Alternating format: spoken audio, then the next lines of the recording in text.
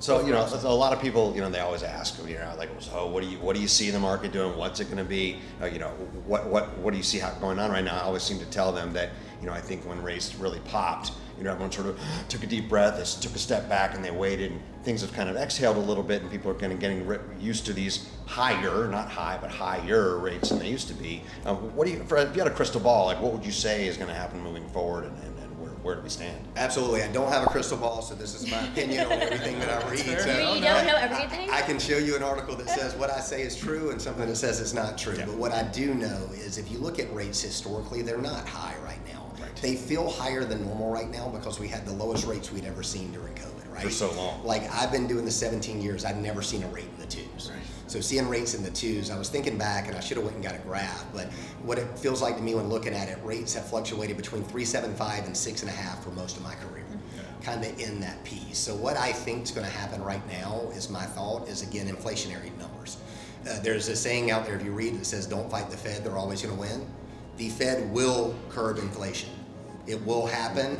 It's not happening as quickly as they'd like, but once they get inflation under control, I think we're going to see rates go down. Because again, this is depending on who you read, but I feel like we're going to go into some type of recessionary period. Recessionary period typically shows lower rates. So I think if I had to guess, from now through end of year, we're going to range in that broad spectrum, 5.5 to 6.5. I think it could go either way depending on the news that comes out. And then once we get through that, I think you're going to see rates trend back down. And there's a saying out there that I know everyone's used for marketing, but it's you marry the house and date the rate. Sure. Because this is what you guys can speak to a little bit too.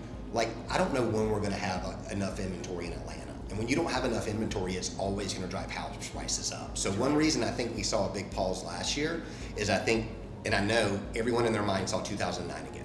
Sure. Yeah. They did. As soon as the market, that's the point of reference they had in their lifetime, that house prices were going to fall, and we just haven't seen that. So if you look at how high rental rates are right now, the appreciation was ridiculous in 2021. I don't know, 17 to 18% a year, which is not sustainable. No, but I think in Atlanta, I've always said if you're going to live in a house for at least 5 years, you're never going to lose money. Right. So you've got to really look at that. So I think if they could buy right now, the rate's higher than we'd want, and there's some different buy down options that we won't go into here to lower the rate over a 2-year period.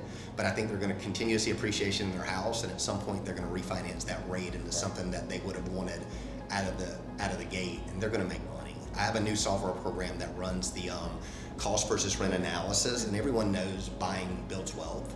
But when you really look at how much you pay in rent here versus the appreciation and the tax write-off, it's substantial on how you create your wealth. Plus, you're just burning it and paying rent. Well, we know what the interest rate is on rent, right? 100%. There's no confusion. Everyone knows that. Yeah. But that's great advice. That's excellent. All those pointers will definitely help people guide the marketplace. So. Yeah. Thanks, guys. A lot of information kind of shared here today. Like always, every case is kind of unique. So if you have specifics for your scenario, we got awesome referral partners that we work with. We'd love to get you in a conversation with Stewart and his team on the mortgage side. They will take very, very good care of you. But if we can ever help with anything, just reach out to us. I hope you all. Thanks, guys. Yeah. Thanks Thank for you, having Stewart. me. Great information. Really appreciate it. Thank you.